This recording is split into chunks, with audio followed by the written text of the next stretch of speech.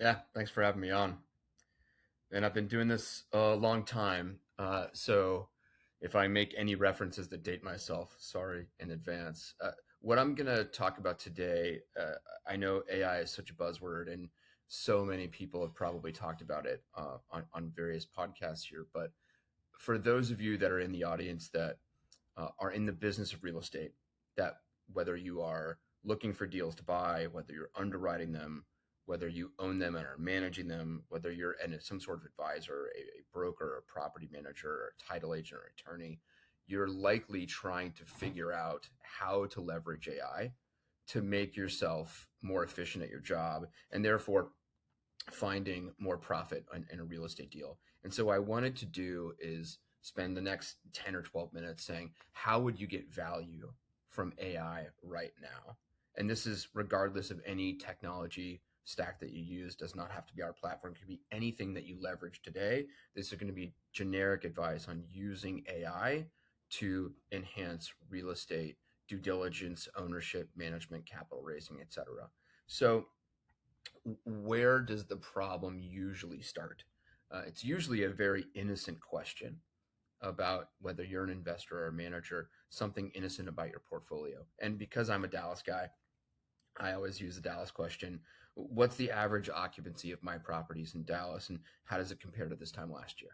It's a very common and innocent question that when you dig into the details can become highly problematic if you haven't actually defined at your company what does average occupancy actually mean. Does it include every unit you have, including the model units? Does it include the units that are under renovation? Does it include only the leased units or the ones that are vacant? Does it include ones that you're leveraging for showing? Right? Does it is it all unit types? Is it all configurations? Is it in every property that you own? What about properties that are under construction? So just getting to that definition can be an issue. And what does my properties mean? Is it the properties that you own and are stabilized? Is it the properties you're developing? Is it the properties you built and you're leasing up? Is it the properties you're diligencing but you don't yet own? So just getting to these answers can be a little more complex than you might have thought. And if you don't trust the definitions of the data underneath, when you put AI on top of it, it becomes highly problematic. So my advice is understand what systems you own first.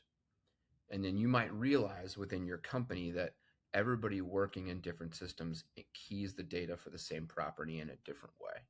So someone who's in charge of acquisitions is entering some information about a potential deal, and they might put the name of the property with no address or a deal number. Someone who actually is in charge of leasing the deal, leasing the property, they enter different information for the same building. Someone who's underwriting the assumptions about the property might enter in a different way. Someone who's in accounting, a different way. Someone who's in treasury, a different way. Someone who's in maintenance, a different way.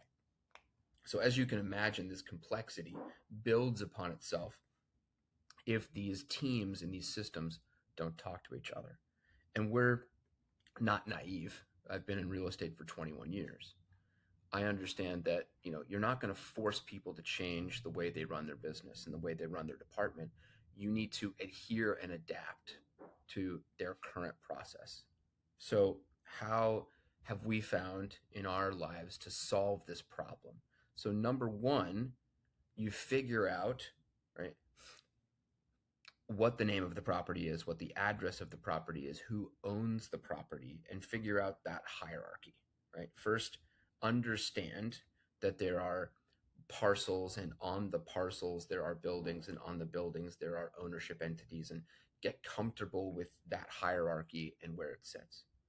Then, once you have that hierarchy in place, understand how that adheres to neighborhoods and submarkets and lat long coordinates, and agree at what it means to own a said property.